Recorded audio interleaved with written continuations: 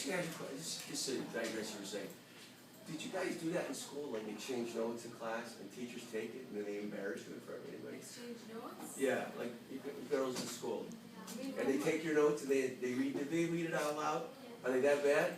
Here? Ah, I did as well, no, it's... Oh man, I remember, I mean, not that I got caught, but we had teachers who did that. I thought that was very mean. Professor, have you heard about Shaima Oliver? No. The one in America, they killed her because they thought she was a terrorist.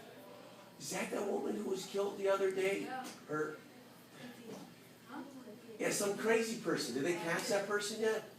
No, they think it's a hatred crime. Yeah, it's probably, definitely. Yeah, and I don't think they're going to do anything about it. No, but it all depends. It depends on who's running the investigation.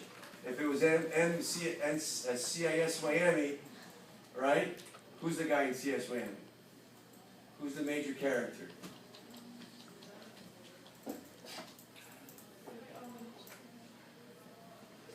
I forgot. But if it's Caruso, I think his name is Caruso. But if it's that guy, of course he's going to solve it. The point is, it all depends on who the detectives are. If they're decent guys, men, women, they're gonna go after this person, right? So you're Horatio. If it's Horatio, they're gonna. But there are some Horatios in the United States, ladies. Not everybody's a racist. All right. So hopefully they'll do something about it. I hope that guy, pays dearly for what he did to that family. Anyway, getting back to the international monetary system. So if you're going to adopt a set of rules and regulations governing exchange rate, the flow of money, that requires what?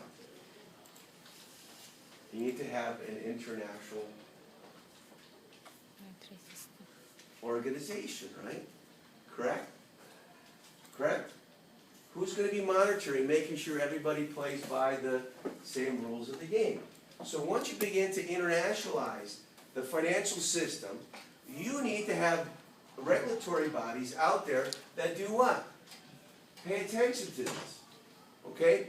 And hence you have these regulatory bodies who make sure that essentially the countries are basically playing by the rules. So the flow of capital, when we say flow of capital, the flow of trade, the flow of money, the flow of loans, it basically can go from one country to the other with relative ease. And when we say relative ease, we're talking minimal transaction costs. Because it costs money, okay? It costs money to send, let's say for example, if I wire money from NBK to the United States, it's got to go through New York. So there's a transaction cost that's incurred where? The system here, through the bank in New York, to wherever the destination is, right? Those are costs that are involved. So when I say the term transaction cost, what I'm saying is you want to standardize the process in such a way that you minimize the transaction cost. Because as the transaction costs go up, the more expensive it is to do what? Send money from one country to the other, right? So the whole point is to but to have a system that basically everybody kind of buys into, requires cooperation. And particularly when we talk about exchange rates, you need cooperation for exchange rates. Because if you devalue your currency, or if you keep your currency relatively low to what it should be, which is or you overvalue your currency, you're affecting the flow of trade, aren't you?